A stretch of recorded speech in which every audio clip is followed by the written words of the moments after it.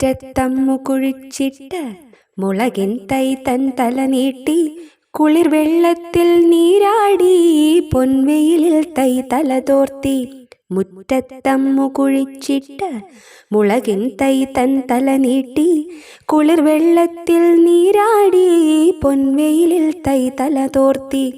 കൈകളുയർത്തി കളിയാടി പൂവുകൾ ചൂടി മണവാട്ടി മൂവന്തിത്തിരി കത്തും പോൽ മുളകഞ്ചെണ്ണം തിരിനീട്ടി.